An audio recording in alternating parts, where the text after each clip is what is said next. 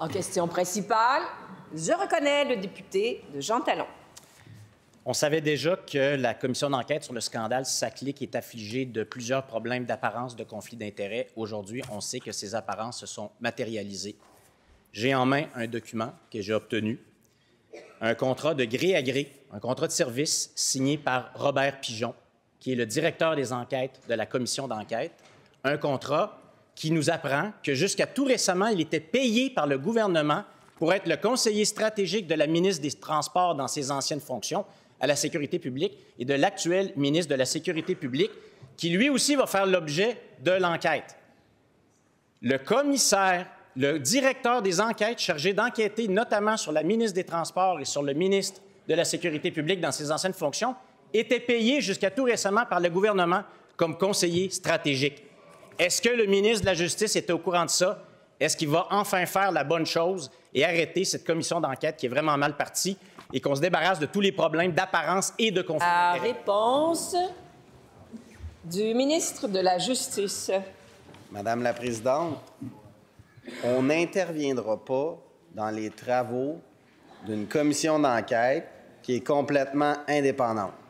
Le rôle du gouvernement a été de mettre sur pied cette commission d'enquête-là et de désigner un juge à la présidence de la commission. Point. Le juge Galland a formé son équipe sans nous demander quoi que ce soit. Et c'est ça, une commission d'enquête indépendante et impartiale. C'est le fait d'avoir un juge qui préside la commission d'enquête et qui choisit ses procureurs, ses enquêteurs, ses recherchistes, qui choisit qui il veut rencontrer, quel document il a besoin, et on va collaborer. Et j'espère que toutes les formations politiques ici vont collaborer également. Alors, sur les choix des personnes qui ont été embauchées, ça relève de la commission, du commissaire et du juge Galland, qui est une personne qui a servi l'État québécois à de nombreuses reprises, à titre de procureur provincial, de procureur fédéral, au bureau d'inspecteur général et à titre de l'Autorité des marchés publics. Première complémentaire. Le ministre de la Justice ose parler de commission complètement indépendante. Le péché originel, c'est justement la nomination du juge Galland, qui a des liens personnels et professionnels avec la présidente du Conseil du Trésor. Le directeur des enquêtes est tellement en conflit d'intérêts qu'il a signé une clause de confidentialité dans son contrat de gré à gré contre rémunération.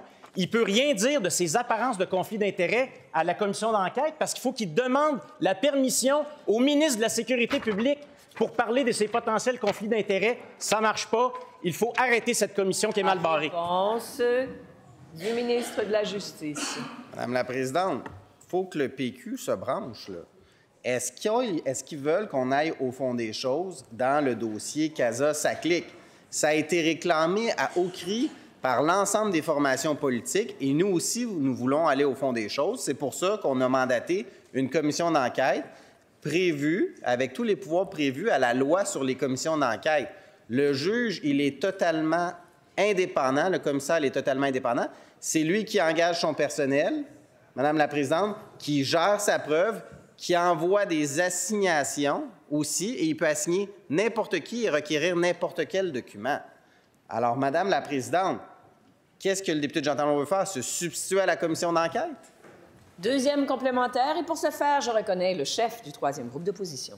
Madame la Présidente, la CAQ a nommé un juge qui est en apparence de conflit d'intérêts et magie, ce juge-là nomme un enquêteur qui travaillait comme conseiller stratégique pour les ministres sur lesquels il est censé enquêter. Sincèrement, je demande au bénéfice des Québécois et pour la confiance en nos institutions, la seule chose à faire à partir de maintenant, c'est de repartir sur des nouvelles bases, exemptes d'apparence de conflit d'intérêts. Le premier ministre doit mettre son pied à terre et écarter toutes les personnes en conflit d'intérêts ou en apparence de conflit. Réponse du premier ministre. Oui, Madame la Présidente. Le chef du PQ, hier, nous disait qu'il n'y a plus confiance dans le chef du Bloc québécois. Aujourd'hui, il nous dit qu'il n'y a plus confiance dans le juge Galland. Bien, écoutez, je pense que le juge Galland a fait ses preuves au Québec et nous, on a confiance. Et Madame la Présidente, je pense que la dernière chose qu'on doit faire, c'est d'intervenir dans les choix du juge Galland. Le juge Galland a toute la latitude pour faire sa commission d'enquête publique. C'est d'ailleurs ce que demandait le PQ. Donc, il faudrait que le chef du PQ commence un petit peu à avoir confiance dans les personnes.